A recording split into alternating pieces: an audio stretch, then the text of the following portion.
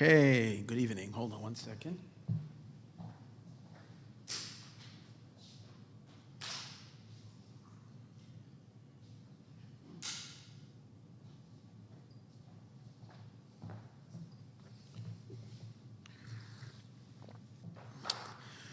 Good evening. Thank you for coming. We are here. I haven't been giving a class for 2 weeks. I apologize for that. And we're back up and running. Anybody that wants to dedicate this year can do so after the class. Please let me know. Good Chodesh to all. And it's a time of the year, Chodesh Elul, in which we need to see the good in ourselves and the good in the world and the good in each other. And today's class is going to be all about finding the good even in the most impossible of situations. Even when things look really bad and really when there's an extreme darkness in terms of a human being, yet the ability to see the good. It's interesting that someone just told me last night that in Tanya, the Alter Rebbe, when he starts in his introduction to the Sefer, he says that he's talking to people that he knows who poured out their hearts to him and revealed to him all their deep secrets, which they were struggling in, and they came for advice, and to them he's writing this book. So the Alter Rebbe uses the term Dibar shel chiba beinenu. There was affectionate words amongst us. We discussed things affectionately. Why does the Alter Rebbe have to add that he's talking? That these are conversations that he had affectionately with people, that they came to him and with great love they discussed.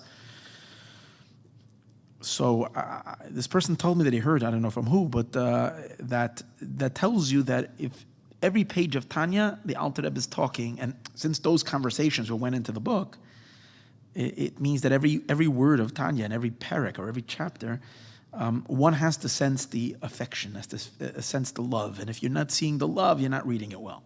You're not getting it. Sometimes there could be certain chapters or certain passages that might seem to be harsh, but you haven't cracked it open if you don't feel the warmth and the love. And I told him, of course, if the Alter Rebbe said, I'm explaining the Baal Shem Tov, the Baal Shem Tov, his entire being is the love of the Jewish people. And it's Chassidus, is love. In this particular talk that I'm going to be sharing with you tonight, it's a talk from the Rebbe. The Rebbe extends that obviously to all of the Torah. The Torah is God's love. It's a love letter from God to the Jewish people. And sometimes you read harsh psukim or harsh laws and harsh things, and it comes across cold and maybe sometimes even a little bit cruel and so on and so forth, is because we haven't cracked it open deep enough. And when we crack it open and we get to the core of it, we find the love. And here's an example of the greatest love to the Jewish people, that one can crack open like something really dark and yet suddenly be awed by the enormous depth of finding the nakuda, finding the point. The basic question is there ever a person who cannot be redeemed? That's the question. Is there ever a person who sunk so low that is unredeemable, unfixable? If someone has done such heinous crimes, if someone has done such monstrous act, do we ever reach a point where we say, fartik, gone, this person is a goner forever? Can that be?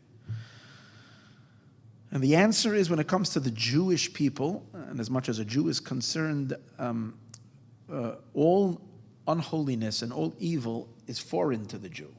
And if a Jew has been infected by it, and it's not turning away or closing our eyes to the facts. It's not trying to make believe that evil or bad things aren't happening, but it's about the understanding and appreciation that when someone is doing something bad, it is in addition to their essence. The essence of the soul, which is a piece of God from above, is infinitely and essentially good. And all unholiness is an attachment. Now, one can pile a whole lot of junk and a whole lot of gook, but so much gook and so much gook and so much junk that you don't even see the good. But it has to be there because it's the essence. If it wouldn't be the essence, that means if goodness would be something that we would have to choose, we would have to learn, we would have to inculcate, we would have to absorb. then it's possible that someone just made the wrong choices and did not choose good, or maybe chose good once in their life, but then let go of it. But if the underlying core and the essence is good, then it is there. It's possible for it to be concealed, and the question is, how concealed can it be? And when it is absolutely concealed, can we dismiss it as if it's non-existent, or do we have to recognize it even then it's there? So that's really where we're going to go today. Regarding a phenomenal, this week's Parsha Shoftim. Parsha Shoftim deals with many various laws pertaining to communal affairs. We talk about the king, we talk about prophets, we talk about people that are communal institutions or people of higher authority. That's what Shoftim means. Governorship, higher authority. And of course, there is the laws of the Beis Din. The main mitzvah of the Parsha is that we should set up courts. And we know there was a whole court system in Israel, and that's the way it has to be. It's one of the 7 Noahide laws that there has to be court systems across the world. But particularly amongst the Jewish people, there was a very importance and a significance to a court system. And it had a hierarchy. There were simple courts in which you brought small matters, monetary disputes would go to a Beis Din, a simple Beis Din of 3 individuals. And then, in order to judge things of greater severity, they would have to go to a larger court. And usually the larger court meant that the rabbis were of greater stature. These were higher judges. And they came in clusters or groups of 23. And they were set up across the entire land of Israel. There was the various different courts that were set up. And they can judge even cases when there's 23, even cases of capital punishment. But then there was, atop of these courts, there was one superior court.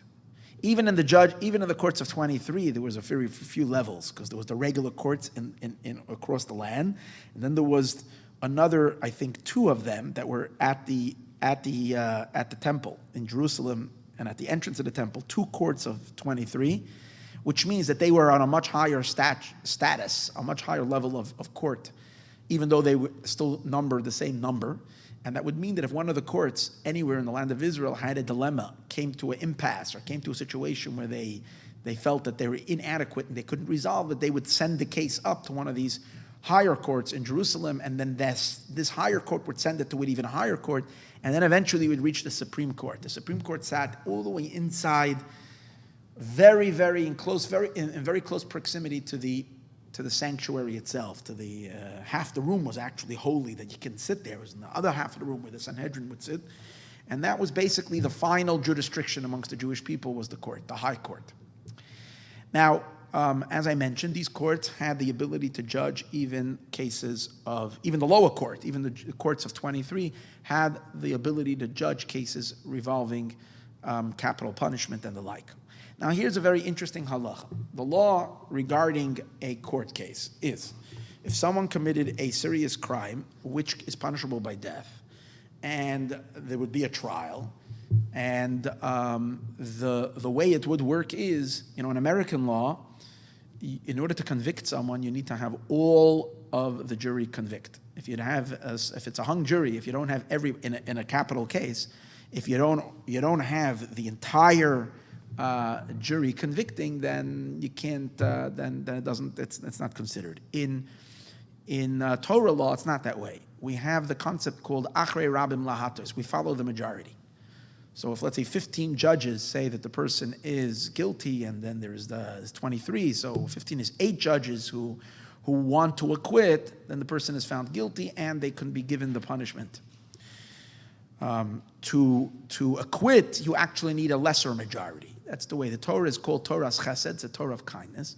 So for an acquittal, you need a split. These judges are split. Now, first, we have to understand something. We're not dealing over here with a jury selected by just ordinary people. These were very great rabbis who studied the law, knew really well, and they were the judges for the cases. Amongst them, they took a vote. They would deliberate, and after the deliberation, they took a vote. And if there were 12, for instance, that acquit, and 11 that are finding guilty, then the person is acquitted. But if the opposite, if 12 say find the defendant guilty and 11 say innocent, then this person is acquitted.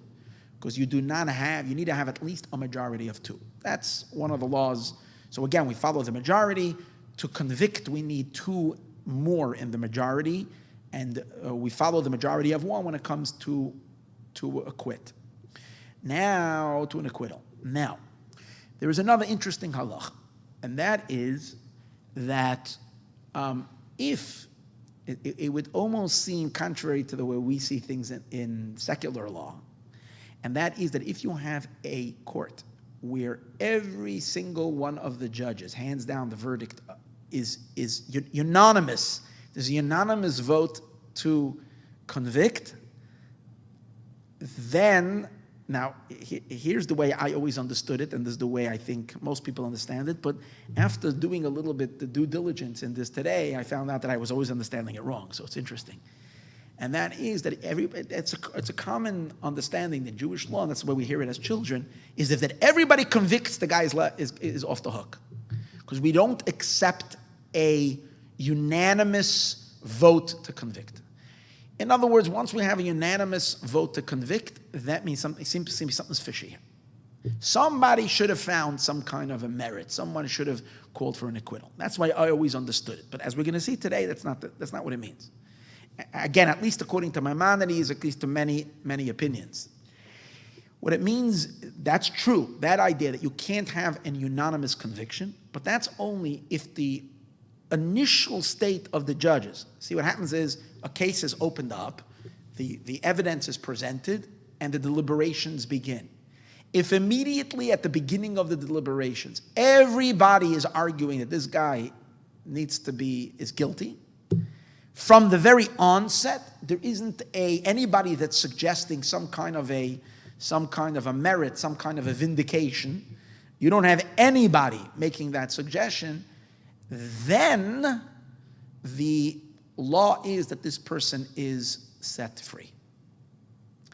So again, unlike the way I always understood it, I always understood it that it has to be in the end that everybody acquit. No, it's not. That's not what it means. It means that if in the beginning, the onset, as they began the deliberations, they looked around and they asked everybody, what do you say? And everybody said, guilty, guilty, guilty. It's clear that this person there's no merit at all. Then this case is considered faulty, and the person is acquitted. However, if at the beginning there were various different voices, there were suggestions to acquit, and there was deliberations, and throughout the day, and we're going to see soon that the deliberations have to go at least for 2 days. What I mean is you start a case, you can never close a case and convict in the very same day. It always has to, when it comes to a capital case, this is not regarding monetary issues. When it comes to a capital case in which someone's life is on the line, the court cannot convict on the very same day, even if they started the case early morning and they had 7 hours to sit and talk and discuss, and they all came to unanimous vote, or whatever, we came to a vote, the majority says to convict. It doesn't work that way. They have to stay up, they have to delay the verdict, the final verdict, to the next day. That night, none of the judges are allowed to go to sleep. They have to be up all night long, and they hang out, in groups of 2, discussing the case back and forth and back and forth. And only on the next day are they able to, and they take a vote again. And then when they take the vote again, now, so my mistake that I always understood was that if everybody convicts the next day, then the guy is vindicated. No, it doesn't work that way. I'm almost 100% sure the way it is that if there's a unanimous vote to convict, it's okay. The person could be punished and given capital punishment, as long as there was deliberation, which means there were those who suggested, there were a few judges, it could be 1, it could be 2, it could be 3, whatever it is, a couple of the judges were arguing for acquittal. If in the end they were convinced, they accepted the arguments of their colleagues, and in the end they agreed to convict, that is actually a sign of true guilt. The problem is when the beginning of the case, the opening of the case, when the opening of the case is purely to convict, that's when there is a problem. Let me read to you the Rambam. This is the statement of Maimonides. Sanhedrin shepaschu kulam bedinei nefashos. When the Sanhedrin opens up, when it comes to a capital punishment, when the Sanhedrin, which are the great court, open up and immediately everybody sees it sees it negatively, sees guilt on this individual. Tchila, the Rambam emphasizes in the beginning, va'amru kulon chayiv, and immediately their first notion is everybody is seeing over here the guilt. Hareze patur, then the person is set free. Ad she'yeh sham miktsas mizakin, unless, which would mean like unless you have a partial, what we would call a hung jury, you need to have at least few of them that argue that the person should be vindicated, that he should be excused.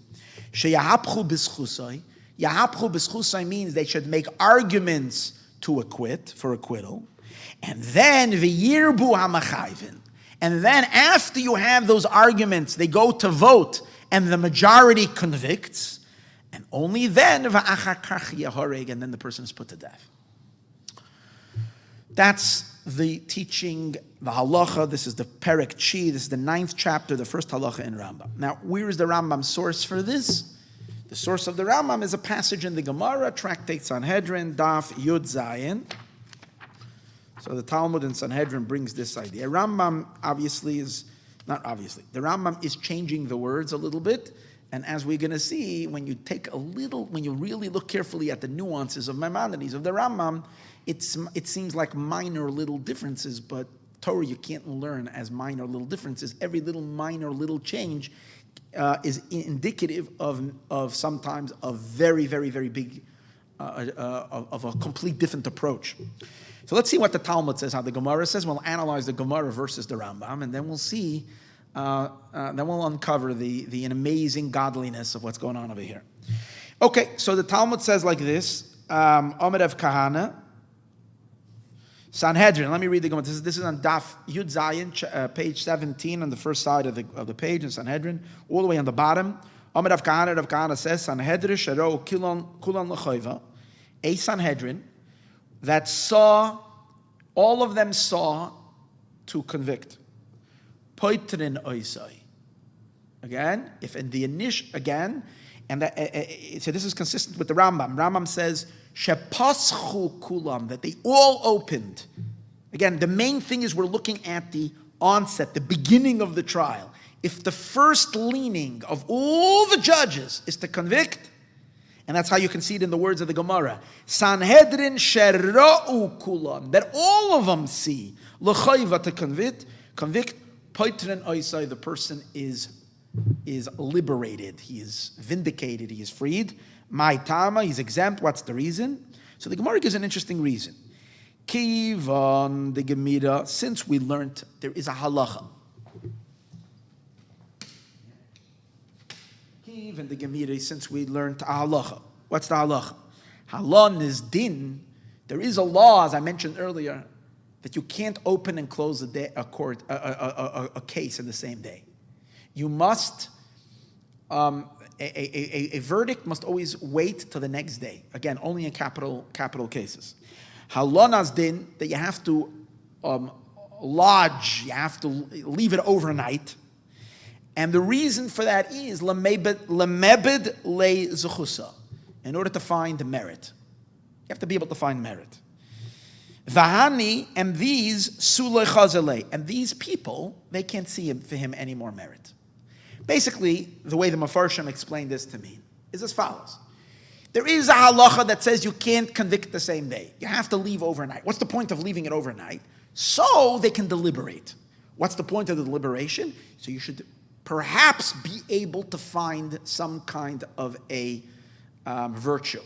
That's why they're staying overnight, to be able to find the virtue. Now, that only works if you have different opinions. And again, we're going to follow the majority. But you have to give a chance for the minority to convince the majority. If you have a minority that has some kind of argument that tries to that wants to for acquittal, they're going to be up all night and they're going to try and show and bring proof, and through that they might convince the majority to follow them. So you have a chance for acquittal. The Torah is a Torah of chesed. So we're seeking in the end not to put this guy to death. Okay? So if we're going to work and work and work and work, and you have what to work with. When do you have what to work with? When you have initially two sides.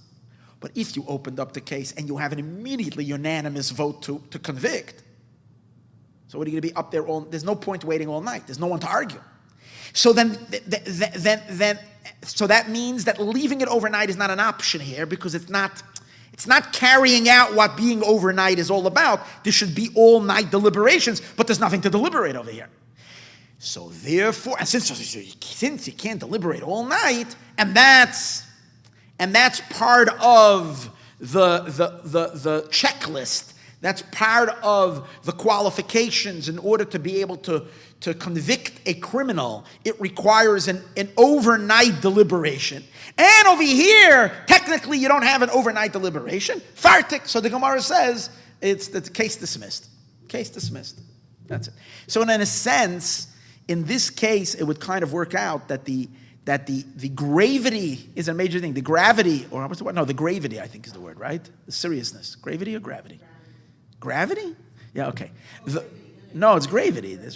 The gravity of the sin is actually working for the guy's benefit to get him off the hook. In other words, because what he did was so clear-cut evil or bad or terrible, and no one can even come up with any excuse, that itself sets him free. Because there's nothing to deliberate. There's no deliberation. You don't have a fear of deliberation. That's the point. And because that's not there, now it doesn't mean the guy's off the hook and he's on the street. I just want to clear that up. And that means that the punishment that the Torah is given, the execution that was supposed to be, that can't be administrated. Beis Din has different ways that they can incarcerate the person, they can punish him in many other ways. It's not like they leave a menace, a danger. If you know and you have proof that this guy did something very, very bad, there's other punishments. But we're talking about to administer the punishment of the Torah. It requires an overnight deliberation. Overnight deliberation means that there's two sides to deliberate, so they have to start off with at least a minority suggesting innocence. And if you don't have that, case is closed from the beginning. It's off. It's a non-starter. That's the idea. That's what the Gemara says. Now, there is two ways of understanding this halach. Okay? I was reading this with my son-in-law. I was having a hard time understanding. I'll admit I started a little late today, but I'll also admit I'm busy with Baruch Hashem, some really, really good things to work to bring Mashiach, and that's I'm fully occupied in something huge that we're trying to do. Be'ezras Hashem in a few weeks, global. It's mamish taking away all my brain power and everything I have. But so I got a little late to this year. So when I was sat down with my son, I said, I need help. Let's do this together, because if I'm not going to hash this out with someone, I won't be able to present tonight. So we sat down, and he's in law school. So he gave me the terminology that would really work, So he said, the question over here that we're dealing with is the defect that we're dealing with a problem? Is it a procedural problem, or is it a jurisdiction problem? In other words, there's two ways of seeing the dilemma over here. What the fault is. Is it a procedural fault, or is it I'm going to explain. A procedure fault would mean there's some technical glitch over here. What's the problem? There is a halacha. What's the halacha? To kill someone, for the Beis Din to execute an individual, there needs to be a full night deliberation. Full night deliberation doesn't mean sitting up all night. It means deliberating all night. And deliberation can only be, as we said earlier, when there's two sides. If there's no two sides, then there's nothing to deliberate. They don't have an all night awakened discussion on this thing. And then on the list that is needed in order to be able to send this person to the execution room, in this case it was outside, not in room, but in order to do that, you need to make a checklist. You have to check off 1, 2, 3, 4, 5. One of the 5 things cannot be checked. Case dismissed. That's called a procedural problem. There's something wrong with this psak din. This psak din cannot be hanged down. Psak din means the verdict cannot be handed down. Another way of understanding it is much deeper than that. That's a bigger problem. And that is, there is a halacha called v'shafta ha'eda v'hetzila ha'eda. Shafta ha'eda v'hetzila ha'eda means that we learn that's a pasuk that says that there has to be a shaftu ha'eda. The court needs to judge and the court needs to save. So Chazal learn out from that, from this statement from this pasuk. I think it's in Parshas Maseh. It's a few weeks ago in the pasuk, not in Parshas Shoftim. The shaftu ha'eda v'hitzilu ha'eda is that every beis din has to have components of choiv and zakai. Choiv and zakai means guilt and innocence. There has to be a discussion of guilt and innocence. If everybody in the court is seeing guilt, then you don't have the component of at least it had to be in the mix that the beis din is seeing some kind of innocence, some kind of a possibility for acquittal. So why is then the Gemara pinning it on being up all night? Being up all night is not the issue over here. Being up all night is only a facilitator that facilitates the idea that they're giving both sides fair time. In other words, they're giving the possibility for not rushing to judgment, and they're giving the possibility for acquittal its due respect. So by forcing them to be up all night, it means that they're forcing them to really, if there is some kind of a possibility for acquittal, that they're really paying attention to it. Maybe they're going to be able to broaden it. Maybe they're going to be able to expand it. Maybe they're going to be able to convince everybody, and so on and so forth. The point over here is that you can't have a one-sided court that only sees bad, that only sees negative. You can't find the virtue. You can't find the good. That's the problem. Now, if this beis din sat down, that means if these judges sat down and they only have a left eye and they don't have a right eye in this situation, they can't see chesedig, they can only see gevuradig, so they're lacking in their ability to be a beis din in this case. They can be all great rabbis, they can be all perfect rabbis, they can be tzaddikim, they can be great scholars, they can be everything, nothing wrong with them per se that they did something wrong, but still, they don't have two eyes in looking at this. The Torah requires a chesed eye and a gevura eye, an exempting eye and a discriminating eye, or a what's the other word? An incriminating eye. Two eyes need to be presented over here. So the fact when the Gemara says that they can't be up all night, the Gemara is dealing with a deeper problem. Again, it's not a procedural issue. It's an issue with jurisdiction, which would be similar. Let me give an example. In other words, there's something lacking in the beis din. The beis din is not qualified. It would be similar that if someone commits a crime. I have an example. Someone commits a crime in San Diego County, and a court over here in Los Angeles is trying it. They have no rights over this person. They don't have jurisdiction over this criminal act. This criminal act happened in a different county. It belongs to a different jurisdiction. They're exempt from it. They can't do it. Not that they're a bad court, but they have no jurisdiction over this person.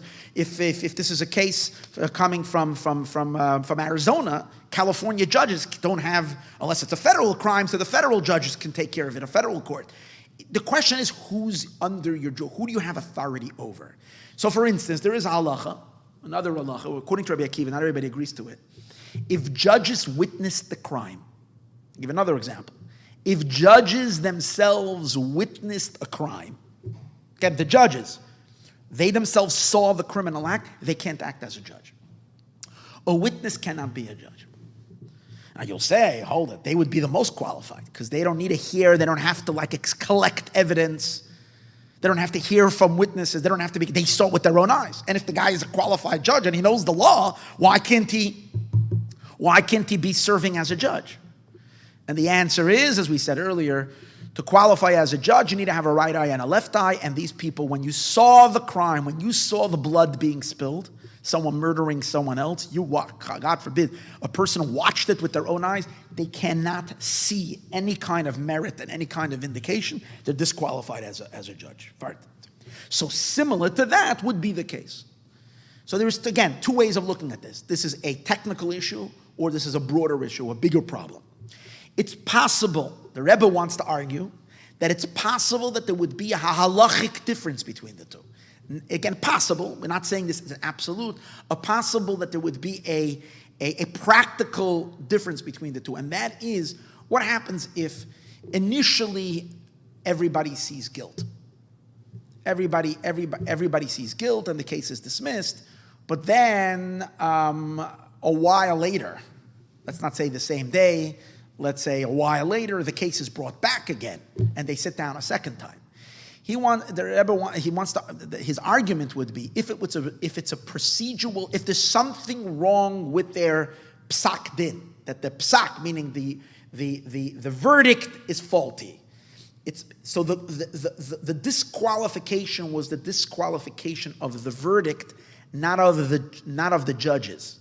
So it's possible that the judges could see the case a second time and it can be a retrial. It doesn't have to go to a different court. The same court can look at it again because there was never a defect in the judges. It wasn't dismissed because of the judges. It was dismissed because of the verdict. The verdict was dismissed, not the judges were dismissed.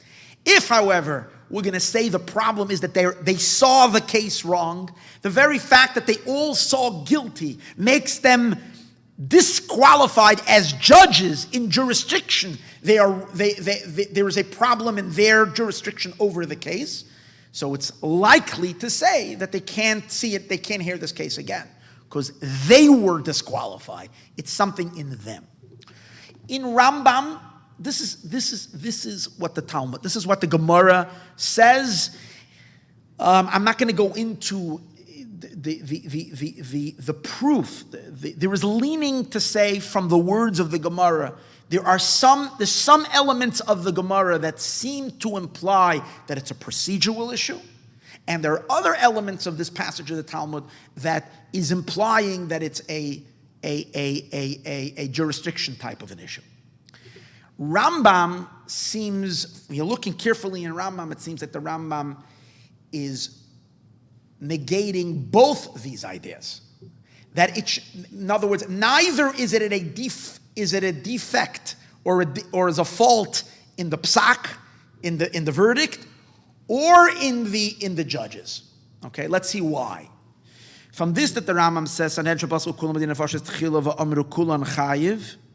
from this that the Rambam says that the Sanhedrin that opened up in capital punishment cases, and they all said chayiv, harei zeh potter, this person is potter, at sheyeh sham miktzas mezakin sheyahapchu. Hold on. So from this that the Rambam says harei zeh potter, instead of saying the Gemara's lashon is not harei zeh potter. The Gemara learns poitrin oisai. Okay. That's I think the proof. Hold on, let me remember here. Just give me 1 second. Why that is so. Hold on, I need a second over here.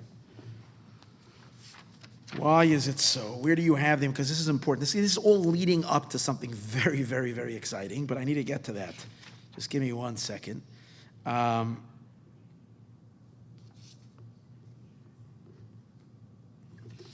Oh, yeah. You see, the Rambam is an interesting idea. The Rambam did not give any reason. The Rambam just states the halacha. The Rambam, unlike the Gemara, that gives a whole explanation. Since they need to be up all night, and they're not up all night, so you can't. They cannot fulfill one of the criteria that is needed in order to be able to execute, to be able to fulfill this thing. So the Gemara gives an explanation. Rambam doesn't give an explanation. Rambam just states the facts. The facts are that you need to have amongst them those that are willing to acquit. At least from the onset, there had to be. He doesn't give a reason. Now, the fact that Rambam doesn't give a reason is not a question. Rambam is different than the Gemara. Talmud is here to give the reasoning behind laws. Rambam is here to give you the dry law. Halacha. The Rambam is a book of halacha, not the reason for the halacha. That's why actually many people had complaints on the Rambam. Many great rabbis, when the Rambam wrote his book of halacha, there were great opposition against the Rambam. Because the Rambam said about his book that you don't need any other, you don't have to study the Talmud. Because that's too difficult. To be able to know how to live your life as a Jew through the Talmud, almost impossible. The Rambam says unless you're a genius and you're a huge scholar and you know the whole Torah, you can derive. Because the laws of Torah are scattered all over and you need to be able to compare and analyze, and most people can't do that. So the Rambam says, I'm here to resolve the problem for the Jewish people. You learn Chumash, learn scripture, Tanakh, and then I'm giving you the book of Shulchan Aruch. According to the Rambam, his book was supposed to serve as the final Shulchan Aruch, code of conduct. So many of the challengers of the Rambam came and they yelled. They said, "Hold it! It's not right that you didn't give any reasons for why when you come to a verdict and paskin so and so and so you give a halacha l'maisa, an actual decision making. This if you at least gave your reason, then people can argue on you." And they said, "This is your reason." We can say the reason you're giving, I can argue on the reason. But if you're not giving a reason, as if you're like Moshe Rabbeinu and just handing the word of God, as opposed. The Rambam is Moshe Rabbeinu, is Moshe to Moshe, no come to Moshe. But at least in the Rambam's generation, now we look at the Rambam like, you can't argue on Rambam. I mean, we can't argue on Rambam. His colleagues of his generation could, but the idea is someone comes in this generation and gives you final law and doesn't give you his reason. If you give a reason, then we can know what you're based on, and we can argue on the reason. And if we see that our reasoning is different than yours, and we realize that your reason is faulty, we can argue. So, but again, Rambam wrote a sefer without reasoning. Okay, so that's not a question. In this case, however, the Rambam should have given the reason. If we're going to learn again that the Rambam holds it's a procedural issue, why? Because then the reason is not a reason. The reason is more the halacha itself. What's the halacha? The halacha is you need to be up all night when you give a case. That's halacha, and that's a t'nai, that's a condition in the Beis Din's conviction. In order to convict, the Beis Din needs to be up all night. So comes out and in this case you don't have that. So comes out the reason is not so much a reason as much as it is part of the halacha itself. And therefore, if that would have been the motivation of the Rambam, then Rambam should have put that reason, and he doesn't. On the other hand, to say that the Rambam holds it's a jurisdiction problem, that the Beis Din themselves are not qualified, because once they saw guilt, they are not qualified on this person. They have no rights on him anymore. They have no authority over him, because they can't be judges. There's a default in them. That's not mashma from the words of the Rambam. Why? Because then the Rambam should have said, Poitrin oisai. Poitrin oisai means they dismiss him. The Rambam says, Harei ze potter, he is potter. Implying that it's not they dismiss him because they have a problem in trying his case. He is potter, meaning, and the Rambam says, and you can't kill him. And when could you? And the Rambam concludes, until sheyisham miktsas mezakin, until things will change around, and you'll have a change in the court. Some people will come up with what? With virtue. And once you have that, then you can try the case. And then you can kill him. Seeming to imply that they're not disqualified essentially. That right now there is a problem. But it's not that they're disqualified. If they would be disqualified assembly, they would be off. Rambam says that eventually you'll find, some people will find merit, then you can try the case.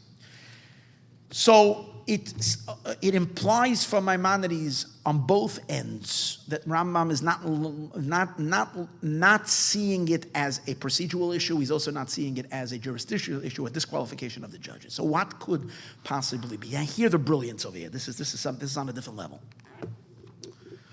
So let's first understand, if we say that the problem is, as we spoke earlier, deeper than just a technical problem, but a disqualification of the judges in this capital case. There are some Mefarshim that want to say, and we're going to negate this, but let's see. Some of Farshim want to say, and it's a very logical reason why these judges are not kosher. And they say because if initially the first take is that everybody finds the person guilty, there are three different reasons in which we would say that there's something problematic with these judges on three levels.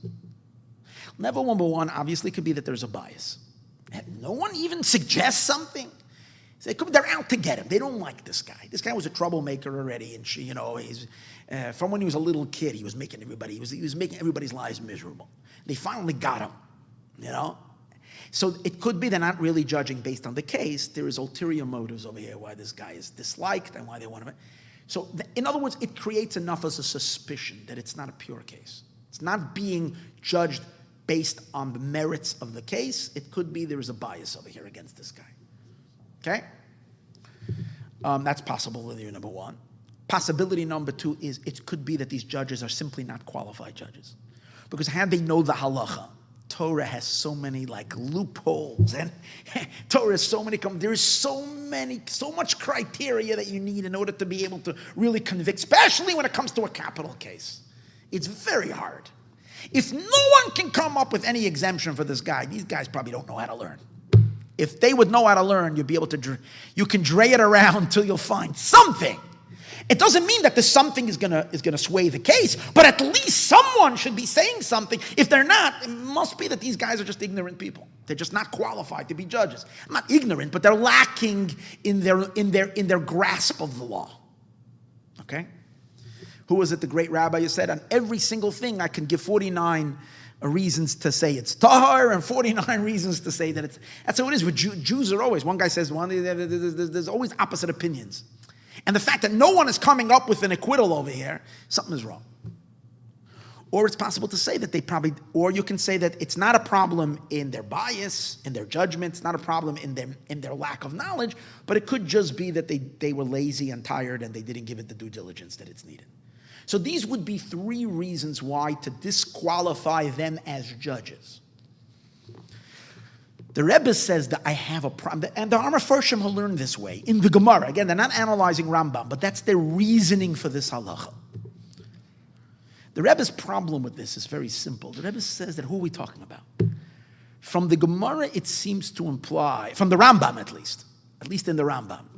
In the Rambam, it seems to imply that we're talking not just about the court, but we're talking about the Supreme Court.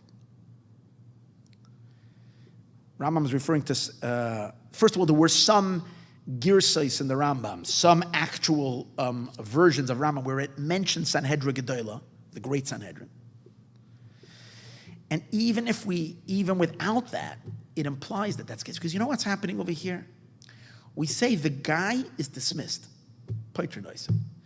If we're dealing with the lower court, why dismiss the guy? These people prove that they can't handle the case. So what happens? The case should move on to a different court. Let it go up. There's a court. There's a hierarchy. So in a case so if these judges, for whatever reason, have proven that they are not fitting to judge this case, then why dismiss? The case goes up to a higher court, So it would seem to say, if we say the person is dismissed, is because we're talking in a case when there is no higher court. Why is there no higher court? Because we're dealing with a case that, for whatever reason, is already at the highest court. And in the highest court, the Sanhedrin that's sitting in the Beis HaMikdash, the 71 Sanhedrin are looking at this case, and no one finds any way to exempt this individual. Okay?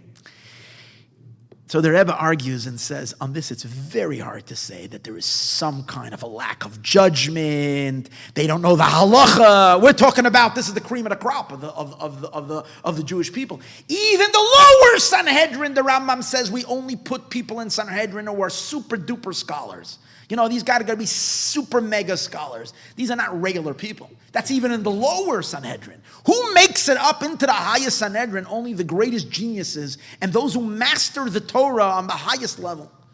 So to say that they tired and they didn't look into it the way they should, to say that they were biased, or to say that they don't know the halacha, very hard to accept. And therefore, there might be perhaps a complete other way of understanding all of this. It goes much deeper. I just the way I love the Rebbe shifts it and looks at this so much deeper, and it's like, wow. And he says, no. Again, especially since according to the Rambam, the emphasis is that Harei ze potter, this person is potter. It's almost like the reason he's potter is because of him, not because of them. It's not their issue, it's his issue that makes him be potter. So get ready for a massive spin on all of this. So the Rebbe says like this, what's punishment in Torah? Torah is a Torah that comes to fix. Torah comes from the world. Torah is the ultimate instrument of tikkun olam, to make the ultimate tikkun in the world. Torah is rectification. Torah we apply. For example, all the mitzvahs in the world come to take a world that is broken, a world that is confused, a world that is in a mess, and the Torah, the world of chaos, and the Torah comes to make order in this world. We know that the ultimate objective of Torah is to fix the objective of Torah in this world. I'm not saying the objective of Torah. Torah is God's infinite will that has no purpose. It's beyond purpose. But its application and its descent into this world is for a purpose, and that's to fix this world. Now, when we say fixing a world, we don't mean fixing a world globally and dismissing the particles. It means fixing every single detail and sub-detail in this world. Torah fixes everything, from the inanimate to the human, everything in between, from the tiniest subatomic particle to the greatest, vast worlds. And the Torah is rectifying everything. And that's in everything, including, and obviously very much including, the punishment. Whenever the Torah is being harsh, the Torah is not punishment. Torah's punishments are not here, God forbid, to take vengeance. Vengeance is a prohibition in the Torah. You're not allowed to take revenge. When the Torah gives a punishment, it's because through the punishment, the individual is fixed. It's doing a repair in the person. And there's obviously different kinds of punishments. If you have a monetary fine, it's because through the pain you have by making that pain. First of all, you're fixing something, that the damage that is done to that individual. Plus, the pain that you go through this causes a certain kind of a tikkun in your soul. It despoils you a little bit. And so is a monetary fine, this kind of punishment. Sometimes there's a punishment of lashes or whatever it is. All these things fix.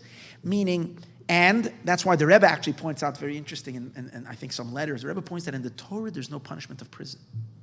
Even though Beis Din would imprison people, but that's not an official Torah punishment. Why? Incarceration usually only helps to take this person who is a threat to society and remove the threat. But it's not doing well for the prisoner. Quite on the contrary, for the prisoner, most of the time, sitting with other people who are corrupt, they rub off on each other, and most people who are in jail and come out of prison end up doing crimes again and again, because being in jail, the longer they're there, has a very negative effect psychologically on people. That's why it's not the best way of dealing with problems, incarcerating people.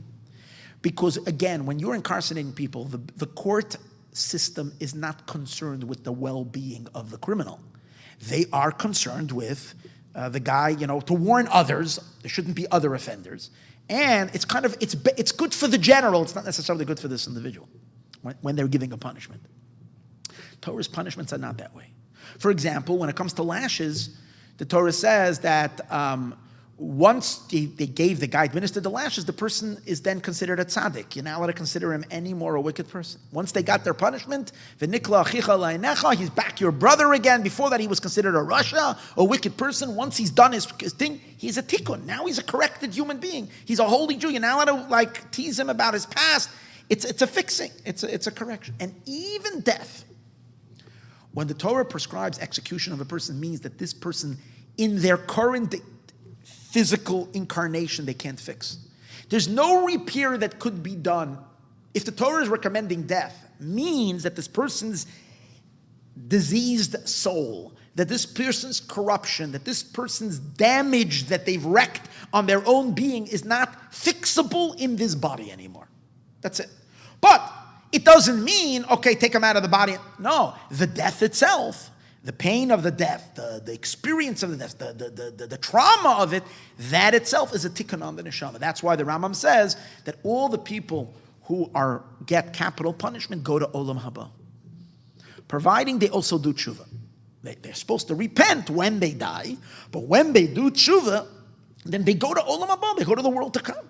It's a punishment in this world. Even Achan, he was the person who caused the Jewish people to fall at war because he took from the spoils of Jericho, right? Yericho, which is considered a very severe sin. The Torah said, the pasuk says, Yakracha Hashem, God should darken you in this world, but not in the world to come. So even though he was put to death, but he went to Olam Haba. So you see that the Torah's punishments are always for a tikkun.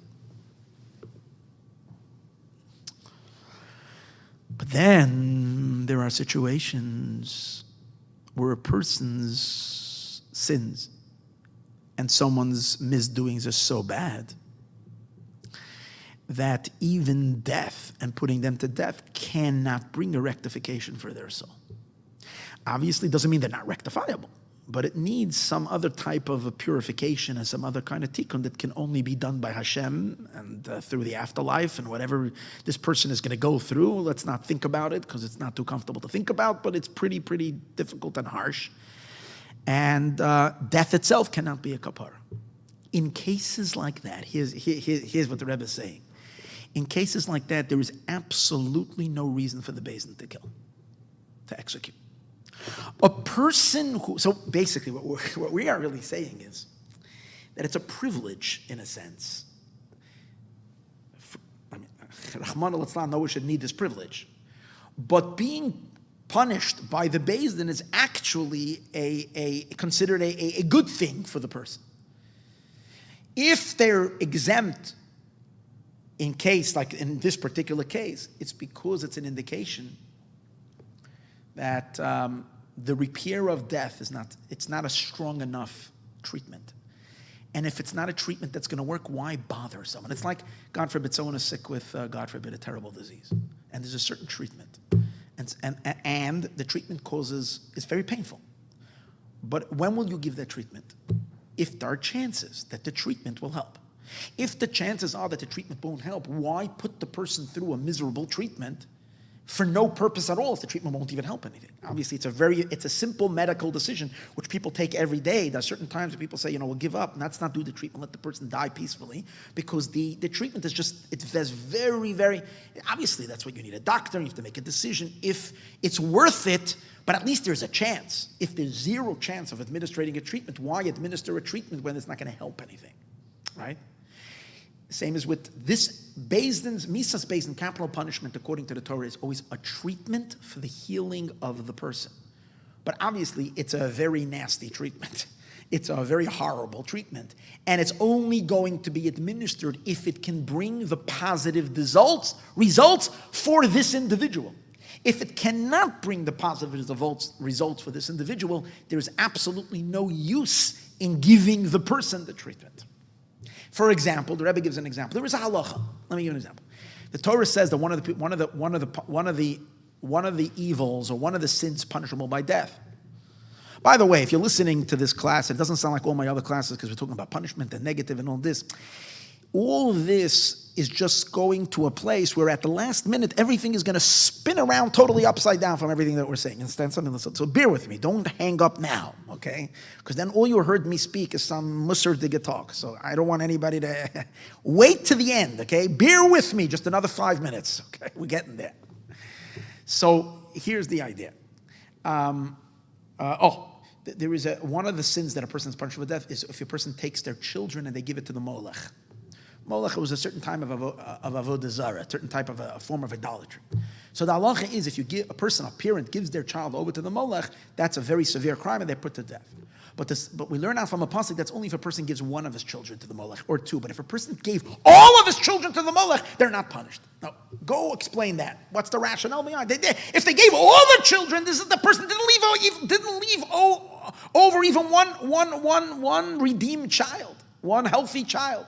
They corrupted every single one of their children. The answer is because this sin is so grave. You took every single one of your children and you wrecked their soul by giving it over to the idol. That's too grave of a sin. Death won't help this individual. We say the same thing, and this will explain another interesting halacha. There is the law also, I think, in this week's parsha, which is called Edim Zomimim. Edim Zomimim means when there are witnesses that are proven that they were false witnesses because they couldn't have seen it because they were somewhere else at the time of the crime. So if it's proven that their Edim, whatever punishment they wanted to do to someone else is done to them. If they wanted to cause this person to get lashes, they get lashes. If it was a monetary fine, they have to make the fine. And if it's a death that they wanted to cause someone to die, they're to put to death. But the halacha is they're only put to death if they intended to kill the person, but in the end they caught it before the person was killed. If the person was actually put to death, the Beis Din does not punish them by death. You hear that? Only if they caught it before Beis Din had a chance to execute this individual, then two other witnesses came and disqualified them. Then there's a trial on them and they get the punishment. But if it actually happened already, and we were already after the funeral of this individual that was wrongfully put to death, because it was proven that it was wrongfully put to death, at least they were not witnesses in it, they're not killed. Why are they not killed? So the Kesef Mishnah explains, one of the commentaries on Rambam, and he says, because once the person was killed, their sin is so big that killing them is not enough. It's not enough. So they have to suffer, God forbid, terrible suffering after, when Hashem will take care of it, Similar to the concept, I know it's a harsh concept, but sometimes we say, we know Gehenna and purgatory, sometimes souls are in such a situation that they can't even go to purgatory. They're neba. That the purgatory is considered a relief, because once they're there, they can never take them. Before there's such a mess that, okay, let's not talk about dark stuff. So this is the idea. Torah is all about tikkun. Torah is not about chas v'sholem, punishment and harshness.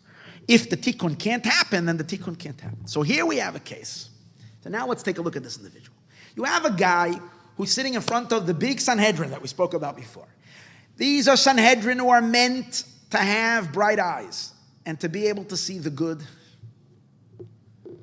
in every individual. To look deep, to see the good. If this person comes before the big Sanhedrin and the Sanhedrin examines his case,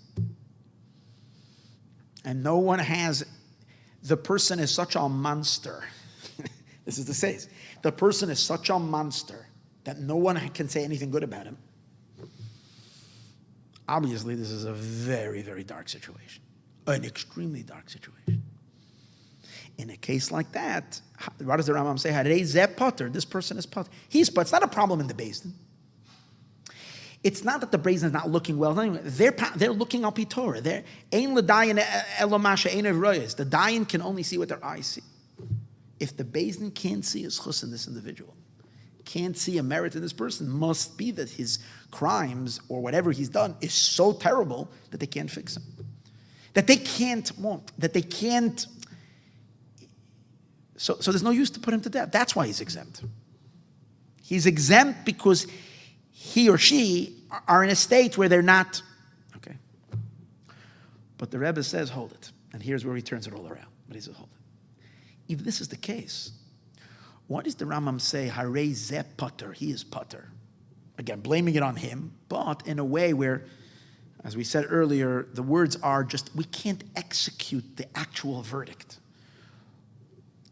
If this person is not treatable, that means the whole application of the Beis Din's judgment is not applicable to this individual.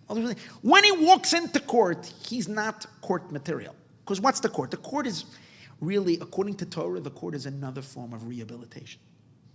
Some people can be rehabilitated in their life. Some people, according to Torah, according to law, their rehabilitation requires, God forbid, them ending their life. But that's their rehab. These people can't be allowed in. This person can't be allowed into rehab. It's like turned down from the rehab. If they're turned down from the rehab to begin with, so they're not in other words, let's use these words, they're not within the parsha of rehabilitation.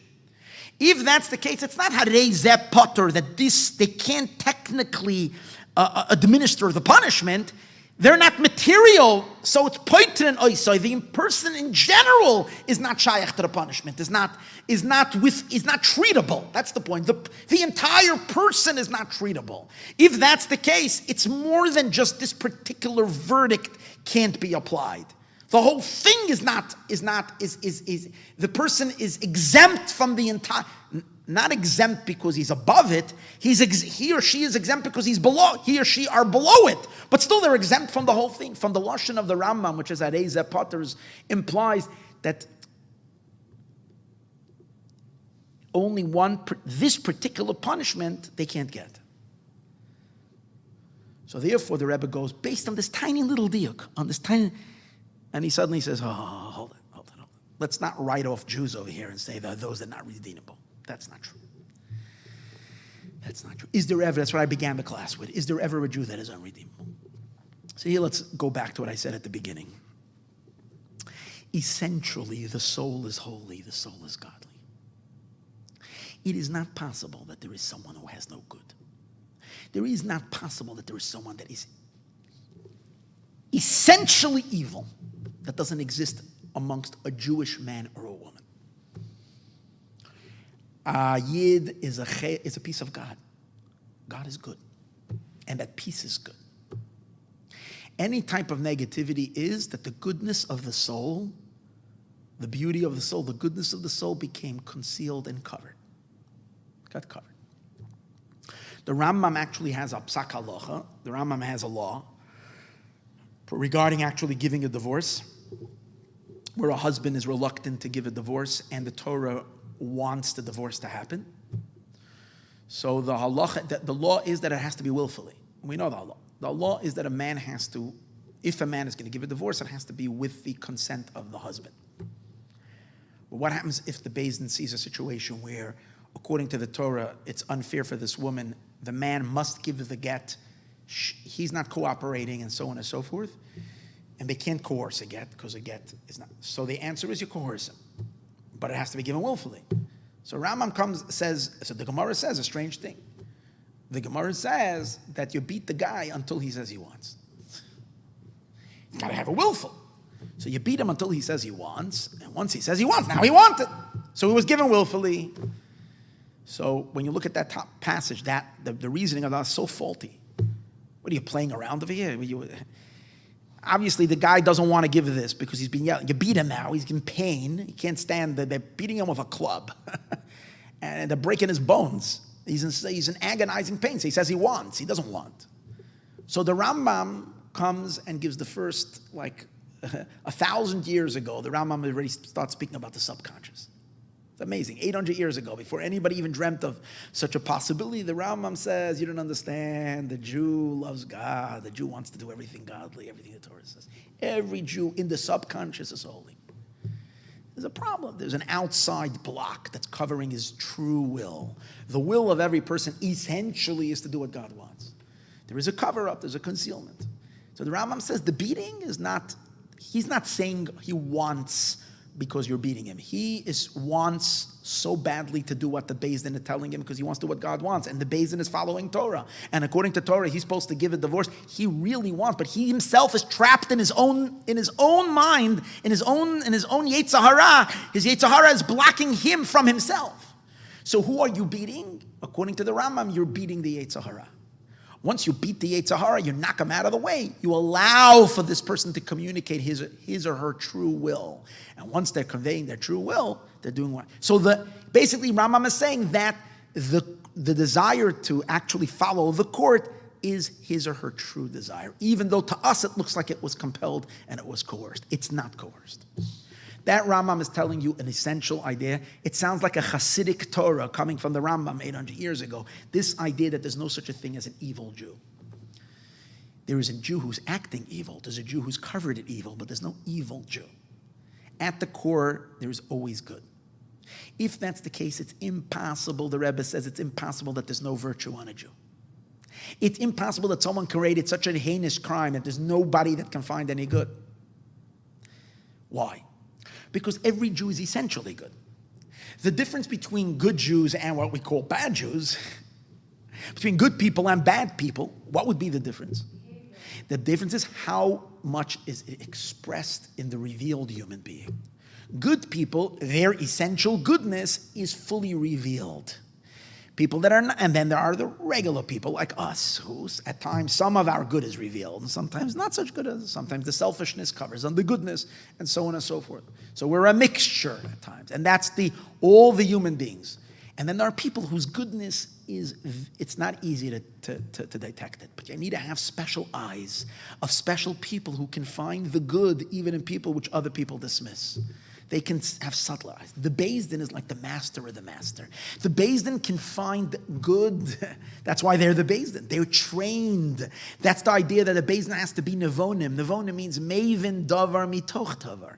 They can look at an action that's bad and discover a deep godly motivation that's motivating the bad. That's not really bad. It's really a good thing. It's like sometimes we watch kids that are taking drugs and stuff like that, and we think they're bad kids. And at times it's nothing that. It's not that at all. These kids are aching for godliness. They're yearning for something higher, and they're just not getting it. And they're in pain because they're feeling disconnected from Hashem. And so you have to be able to see the crying neshamas that are behind sometimes things that seem on the outside to be bad. The ultimate people who should be seeing are a judge. A Jewish judge means someone who has broader eyes, who can uncover, who can unearth. So the Rebbe says, if you have a Beis Din, hear the story. If you have a Beis Din who's looking, now which Beis Din? The greatest Beis Din who sits in the Beis HaMikdash. The divine presence is amongst them. So they should have the most expansive vision and the most penetrating eyes that can smell out and sniff out the tiniest little vestige of good that's buried under a huge heap of darkness, a huge heap of junk. If this person's good is so buried and he's so hidden and is so concealed that even the Beis, now they're not doing anything wrong because they're examining the case to the best of their ability and they're implying and they can't find it. That means it's so concealed. That means there's no room for punishment here. Why is there no room for punishment? Because if punishment is therapy, if punishment is rehabilitation, you can't rehabilitate evil. You can only rehabilitate good. You have to find good, and good you can fix. If you can't find good, then you can't fix. Since what they see is only bad, in other words, they're seeing the outer crust, and they're not penetrating the soul because it's just this guy buried himself under a shell of darkness that's not penetratable, at least not with the court. They cannot administer a treatment for this fellow. So the person is not ready. This person is not ready for punishment, which the punishment would be his healing. They're not ready for punishment. That's why Rambam doesn't say this guy is exempt, because there's no such a thing that a Jew who's not redeemable, you can't punish him to fix him. There's no such a thing. It's just that in this case, that's why I said, it's not like we turn this guy away from the rehab because we say, you are a lost case. That's not what we're saying. We're saying that technically now, for whatever reason, we can't treat you. Not that you are not treated. There's a big difference. You are not treatable means we're dismissing the Jew. There's no such a thing as dismissing a Jew. Because if a person is essentially good, there's no such a thing that there is no tikkun for this individual. It's just that you are not, with us, treatment cannot work. Because we need to work with a point of good, and if there's no point of good, if I can't see the good potential in you, I have nothing to fix. And I can't punish. So the person is turned away. But the Rebbe says, guess what? This very idea that we reach a point where we fold our hands and we say we can't treat, guess what does that do? What do you think it does to this individual? When he is told that his case is so lost that even Beis Din can't kill him, what does that do? So it reminds me of the story of the rabbi who came across this person and he said, oh, you're so ugly. Remember the story? The great tzaddik, the great rabbi of the sages came across this person and he said, oh, wow, I never met such an ugly person like you. And this person got very insulted and offended, agansa maisa. So obviously everybody's jumping on the story. What do you mean? How does a rabbi tell someone you're ugly? It's like come on, a little menschlichkeit. And the explanation is given, again, also from the Rebbe. The Rebbe gives the explanation that this person was a mess, was a total mess. And by him telling him that he's ugly, made him realize his ugliness. And because he realized his ugliness, it shook him up. And when it shook him up, it broke the ugliness. Because that's when he had the first time in his life, this individual had a little tshuva. His physical ugliness was a derivative of his spiritual selfishness and complete. So when he realized that he's so ugly, that itself made him do tshuva. Because his answer was, go tell the craftsman who created me. Remember that? He said, you say I'm ugly, but this is the first time he recognized that he was created. Because he realized that I didn't make. In other words, he didn't take credit for his own ugliness that night. See, he always thought he was like the best guy. So he took self-credit. But when he was told that he was ugly and he realizes, so he was saying, if I'm ugly, it's God's fault that I'm ugly. So at least he recognized God. He recognized the Creator. At that moment, he wasn't ugly anymore. That's the point. So at this moment, when the Beis Din turns this guy away and they say, listen here, everybody over here says, we can't even fix you. You're not repairable. This guy, that itself cracks the person open. And therefore the Rambam says a moment later, what does the Rambam say? You can even see it in the words of the Rambam. He says, everybody says guilty, harei zeh potter, this guy is dismissed. Ad, what is the words of the Rambam? Ad, until some people pipe up and they say, they find his chus. And then we can kill him. If you suddenly have people who find merit, then we bring him back into the base and we can kill him. Harei zeh potter, you can kill him. So what does that mean? The punishment can be executed. That means the moment they turn him away and he suddenly realizes that he's unredeemable, he has a moment of tshuva. He has a moment of purification. And at that moment, suddenly the good in him comes out. And as the good in this individual comes out, what does it do? They notice it. And once they start speaking about it, it goes even further. Once they start speaking about the virtue, when you speak good about another individual, what are you doing? You're watering that goodness. You're and it begins to flower. It begins to develop. So the goodness that you're talking about, the schus that you're talking, the merit, the good that you're finding in this, that they start seeing and they start talking about, actually activates that goodness. Once it activates the goodness, now you can begin the repair. Sadly, in this individual, they have to take his life, but at least they can repair him. They have something what to work with, and the person can come to Olam Haba and all the thing. But it's all because So what's the takeaway? The takeaway is like this. There's no such a thing that there is someone who has no good. That doesn't exist. It's possible that goodness is not reachable by the eyes of the Beis Din. And in that case, as we said before, punishment cannot be given. But that's not meant to be that way. What's meant to be is if there is such a situation. It's like the Rebbe Rashab once said something really phenomenal. The Gemara says that there are certain people. The Gemara says, Shaita, a fool, asal rachamal. You're not allowed to have compassion on a fool. Someone who's a fool, you're not allowed to have compassion. So some people use that as an expression. This guy is such a fool. In other words, sometimes you have a situation where you help a person once, you help him twice, and you help him, and then they're just foolish. They're just reckless, and they act irresponsible. They do stupid things. And then you know that but you feel like you're an enabler, right? If you enable them, so then you're just enabling. So the Gemara says, if someone is such a fool, you're not allowed to have mercy on them. So someone once said that in front of the Rebbe Rashab regarding someone who needed help, and they said, the shaita, this is again. So the Rebbe Rashab said, the fifth Chabad Rebbe said, Oy, what a rachmanis on someone that the Torah says you're not allowed to have rachmanis on him. Oy, you hear that? He says, oy, what kind of compassion is there on someone that even the Torah says you're not allowed to have compassion? So on him, it's like the ultimate compassion. So that's the whole idea. The whole idea is when you come to a conclusion that someone is not redeemable, that itself cracks the darkness since there's no such a thing as unfixable and unredeemable when it comes to a Jewish soul.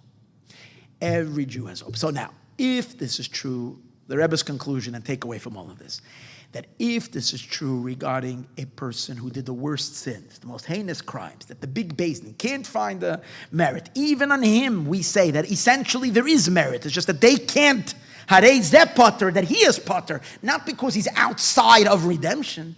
How much more so when it comes to Jews in today's days, where people who are not keeping Torah and mitzvot, it's not their fault. It's not because they were educated, not because they were learned. We have to reach out to them and uncover their heart. Even when you meet a Jew who seems to have an icy heart, a cold heart, looks at you and gets upset if you're asking him, to do a mitzvah, to put on tefillin, to give tzedakah, to keep Shabbos, to get involved in anything, gets angry and is such an anti-religious person. Sometimes you find people that are it seems to be like venom and angry, like an angry Jew who hates Judaism and everything about it.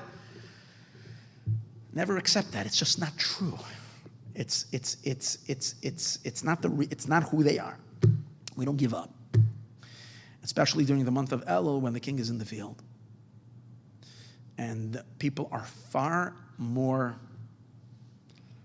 not just people, but ourselves as well. This applies to us as well. That God forbid for us to think about ourselves that we're ever beyond repair, no matter where, what, where, and when.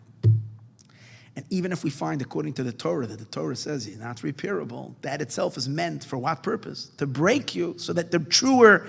It's like the famous story where the Gemara, where it says about Elisha ben Avua, that he heard a heavenly voice that came out and said, Shuvu banim shevama. God said, my wayward children do tshuva. Chutz me'acher, besides you. Everybody should do tshuva. Besides him, one guy I'm not calling. What was that meant to be? So the Gemara says, if he would have pushed, he would have been able to do tshuva. Even though he was told, and the deeper explanation is that why did they announce that? Everybody do tshuva. Was that announcement itself was to give him such a shake-up that God is saying everybody do besides you. You think God has nothing else to be busy with but you? Why is he saying but you? It's because he wants to shake you up, that you're not redeemable. And when you're not redeemable, it does gufaraya. And this itself is meant to give someone, oi! And that oi makes you redeemable. That's the whole point. Chas v'shalom, God forbid, to ever be in a state of repair, despair, regarding ourselves and regarding other people. No such a thing. Every Yid has hope. Every Jew needs to be reached out to with love, with compassion, with caring. And if we're not seeing it, it's because we're not looking deep enough. We're not looking deep enough. That's the emes. So may we merit. The Eibishter for sure sees what the Beis Din can't see. The Eibishter sees the toiv, the good, it's in our hearts. The infinite good, the boundless good, the truest truth of each and every one of us. And therefore it's for sure that v'shaftu ha'eda, that the Eibishter who judges us, v'etzilo ha'eda, the Eibishter also brings a hatzalah, which is the ultimate redemption for the Jewish people. So even if, we say that the Mashiach can't come, only the generation is only chayiv, there's no such a thing as a generation only chayiv. It's a thin veneer of guilt, chas v'shalom. Underneath it is infinite merit and infinite goodness, which the moment that we break through that external klippa, the depth of Gazamah. So it's, I think, a little wrong to say that I was saying before that every person's got this little tiny essential. It's not a tiny. It's the entire human. It's the real Jew. It's super mega infinite goodness. The klippa might be thick, a crust, but all it is an external crust, maybe a couple of centimeters or inches, maybe the most deep of guk. But if you dig, you'll definitely find the beauty of the Jew, the true emes, a beautiful Yid, who loves God, loves Torah, loves mitzvahs, loves everything about Judaism. And that's our work. We're the diggers. We have to dig out the good. We have to dig out the gold. We have to dig out the truth in ourselves and in every single one. We should merit aksivach simatayv and agut gebench diyar.